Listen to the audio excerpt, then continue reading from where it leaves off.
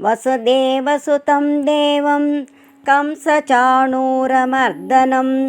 देवकी परमानन्दं कृष्णं वन्दे जगद्गुरुं मूकं करोति वाचालं पङ्गुं लङ्घयते गिरिं यत्कृपातमहं वन्दे பரமானந்தமாதவம்.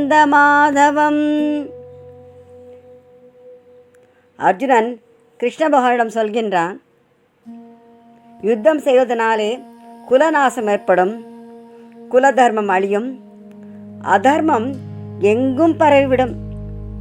இதனாலே குலப்பெண்டிர்களுக்கு பாதுகாப்பு இல்லாமல் போய்விடும். எதிரிகள் குலப்பெண்களை பலாத்காரம் செய்வார்கள். இதனால் வர்ணக்கலப்பு உண்டாகும். வர்ண கலப்பினாலே குழந்தைகள் பிறப்பதால் உண்டாகும் தீமைகளையெல்லாம் அர்ஜுனன் 42வது ஸ்லோகத்திலே கூறுகின்றான். சங்கரோ நரகாயைவ குலக்ஞானாம் குலஸ்ய ச பதந்தி பிதரோ ஹேஷாம் லுப்த பிண்டோதக கிரியாஹ. சங்கரஹ, இந்த வர்ண கலப்பு குலக்ஞானாம், குலநாசம் செய்தவர்களையும், குலஸ்யச்ச, குலத்தையும், நரகாய ஏவ, நரகத்திற்கே அழைத்து செல்லக்கூடியது. ஏஷாம் பிதரஹ, இவர்களுடைய முன்னோர்கள், லுப்த பிண்ட உதக கிரியாக, பிண்டம், சிராத்தம், தர்ப்பணம் இவற்றையெல்லாம் இழந்து பதந்தி, வீழ்ச்சி அடைவார்கள். யுத்தம் போன்றவற்றிலே குலத்தை அழிப்பவர்கள் குலக்ஞாக என்று கூறப்படுகிறார்கள். குலக்கலப்பில் பிறந்த சந்ததி அந்த குலத்தை அழித்தவர்களை மட்டுமல்லாமல் குலம் முழுவதுமே சேர்த்து நரகத்திலே கொண்டு போய் சேர்த்துவிடும் என்று அர்ஜுனன் கருதுகின்றான். இந்த லுப்த பிண்ட உதக கிரியாக என்று கூறுகின்றான். நம்முடைய சனாதன தர்மத்திலே நம் பெற்றோர்களுக்கு உயர்ந்த ஸ்தானம் கொடுக்கப்படுகிறது. மாத்ரு தேவோ பவ பித்ரு தேவோ பவ. வேதம் விளம்புகின்றது, தாயை தெய்வமாக போற்ற வேண்டும், தந்தையை தெய்வமாக போற்ற வேண்டும் என்று. அன்னையும் பிதாவும் முன்னறி தெய்வமாக நாம் மதிக்க வேண்டும். பெற்றோர்களுக்கு செய்ய வேண்டிய கடமைகளை செய்ய வேண்டும். அவர்களுடைய மனம் கோணாமல் பணிவிடை செய்து மகிழ்ச்சியுடன் அவர்கள் வாழ்வதற்கு வழி செய்ய வேண்டும். அவர்கள் இறந்த பின் அவர்கள் செய்ய வேண்டிய தர்ப்பணம், திதி போன்றவற்றையெல்லாம் முறைப்படி செய்ய வேண்டும். அதுதான் பித்ரு யஜ்யம் என்று கூறப்படுகின்றது. ஸ்ரத்தையாக செய்வது ஸ்ராத்தம் என்று கூறப்படும். ஸ்ராத்தத்திலே பிண்டம் வைக்கப்படுவதும், பித்ருக்களை உத்தேசித்து அந்தணர்களுக்கு அன்னமிடுவதும் பிண்டக்கிரியா என்று கூறப்படும். தர்ப்பணத்திலே எள்ளும் நீரும் இடுவது உதகக்கிரியா என்று சொல்லப்படும்.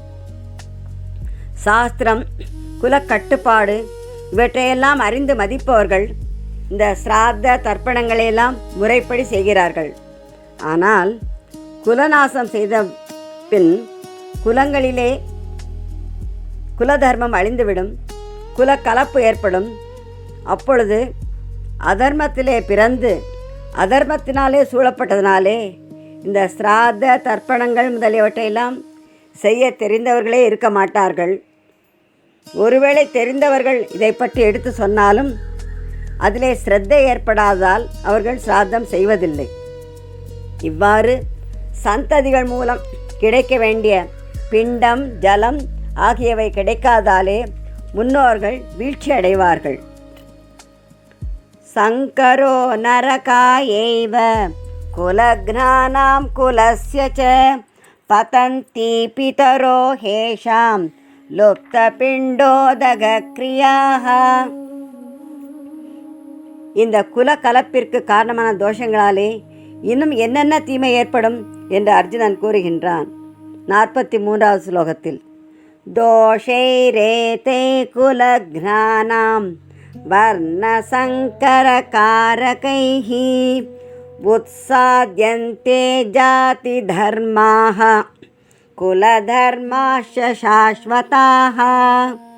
குலக்ஞானாம் குலநாசம் செய்வருடைய ஏதைகி வர்ண சங்கர காரகைகி இந்த வர்ண கலப்பு ஏற்படுத்துகின்ற தோஷைகி குற்றங்களினாலே சாஸ்வதாக குலதர்மாக தொன்று தொட்டு வருகின்ற குலதர்மங்களும் ஜாதி தர்மாக ஜாதி தர்மங்களும் உத்சாத்தியந்தே அழிந்து விடுகின்றன. குலதர்மம் ஜாதி தர்மம் எவ்வாறு அழியும் என்று பார்ப்போம். அவரவர்கள் குலத்திலே தலைமுறை தலைமுறையாக நடைமுறையில் இருந்து வரும் கட்டுப்பாடுகள், அனுஷ்டானங்கள், சம்பிரதாயங்கள் ஆகியவை குலதர்மம் என்று கூறப்படும் என்று 40வது ஸ்லோகத்திலே விளக்கப்பட்டது.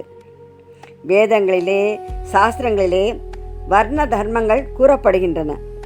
சாதுர்வர்ணியம் மயா சிருஷ்டம் குணகர்ம விபாகசக என்று பகவானே கீதையில் கூறியுள்ளார். 4 வர்ணம், அது எது? பிராமணர்கள், சத்திரியர்கள், வைஷ்யர்கள், சூத்ரர்கள் என்று 4 வர்ணத்தார்கள். அவரவர்கள் கூறிய கடமைகள் எல்லாம் கூறப்பட்டுள்ளன. அவைதான் வர்ண தர்மம், ஜாதி தர்மம் என்று கூறப்படுகிறது. குலத்தினுடைய சிறந்த கட்டுப்பாடுகளை, குலதர்மத்தை அறிந்து வழிகாட்டும் முதியோர்கள் இல்லாமையினாலே, வழிகாட்டுபவர்கள் இல்லாமையினாலே குலதர்மம் அழிந்து விடுகிறது. குலக்கலப்பிற்கு காரணமான தோஷங்கள் எல்லாம் வளர ஆரம்பிக்கின்றன. அத்தகைய தோஷங்கள் பெருகிவிட்டால் ஜாதி தர்மங்களும் அழிந்துவிடும். வர்ண கலப்பினாலே உண்டான சந்ததிகளின் வர்ண தர்மங்களும் இருக்காது. இவ்வாறு குலக்கலப்புக்கு காரணமான தோஷங்களாலே எல்லா தர்மங்களும் வேறற்று போகின்றன. தோஷைரேதை குலக்ஞானாம் வர்ணசங்கர காரகைஹி உத்சாத்யந்தே ஜாதி தர்மாக குலதர்மாஷ சாஸ்வதாக. குலதர்மமும் ஜாதி தர்மமும் அழிந்தால் என்ன தீங்கு ஏற்படும் என்று மீண்டும் அர்ஜுனன் கூறுகின்றான். உத்சன்ன குலதர்மாணாம் மனுஷ்யாணாம் ஜனார்தன நரகே நியதம் வாசக பவதீத்யனுசுஷ்ரும. ஹே ஜனார்தன, உத்சன்ன குலதர்மாணாம் குலதர்மங்களெல்லாம் அடியோடு அழிந்துவிட்ட பின் மனுஷ்யானாம் மனிதர்களுக்கு அநியதம் குறிப்பிட்ட காலம் என்று சொல்ல முடியாமல் எல்லையற்ற காலம் வரை நரகே வாசக நரகத்தில் வாசம் பவதி ஏற்படும் இதி என்று அனுசுஷ்ரும நம் பெரியோர்கள் சொல்லி நாம் கேள்விப்பட்டிருக்கின்றோம். ஆகையினாலே இந்த குலதர்மம் ஜாதி தர்மம் எல்லாம் அழிக்கப்பட்டுவிட்டால் நிச்சயமாக மனிதர்கள் தாம் செய்த பாவங்களின் பயனாக வெகு காலம் வரை கும்பிபாகம், ரௌரவம் ஆகிய பயங்கரமான நரகங்களில் வீழ்ந்து பற்பல விதமான யம தண்டனைகளை அனுபவிக்க வேண்டியிருக்கும். இவ்வாறு நம்முடைய முன்னோர்கள் கூறியதை சாஸ்திரங்கள் மூலமாகவும் நாம் அறிந்திருக்கின்றோம். எனவே குலநாசத்திற்குரிய இந்த செயல்களை எல்லாம் நாம் ஒருபொழுதும் செய்ய மாட்டோம் என்று உறுதியுடன் அர்ஜுனன் கூறுகின்றான். உத்சன்ன குலதர்மாணாம் மனுஷ்யாணாம் ஜனார்தன நரகே நியதம் வாசக பவதீத்யனுசுஷ்ரும. இவ்வாறெல்லாம் உறவினர்களை யுத்தத்தில் கொல்வதனால் ஏற்படும் தீமைகளெல்லாம் கூறிய அர்ஜுனன், இனி இந்த யுத்த முயற்சியை நாம் செய்துவிட்டோமே என்று வருத்தத்துடன் கூறுகின்றான். அஹோ பதமஹத் பாபம் கர்த்தும் வியவசிதா வயம் யத்ராஜ்ய சுகலோபேன ஹந்தும் ஸ்வஜனமுத்யதாக. அஹோ, அந்தோ, வயம் எவ்வளவோ அறிவு பெற்றிருந்தும் நாம் மகத் பாபம் கர்த்தும் பெரிய பாபத்தை செய்வதற்கு விவசிதாக முனைந்திருக்கின்றோம். ஏனென்றால் ராஜ்ய சுகலோபேன ராஜ்யம், சுகம் இவற்றையெல்லாம் ஆசைப்பட்டு பேராசையினாலே ஸ்வஜனம் நம்முடைய உறவினர்களையே ஹந்தும் கொல்வதற்கு உத்தியதாக முனைந்து விட்டோமே என்று பச்சாதாபத்துடன் அர்ஜுனன் கூறுகின்றான். அஹோ பதமஹத் பாபம் கர்த்தும் வியவசிதா வயம் यद्राज्यसुखलोभेन हन्तुं स्वजनमुद्यताः।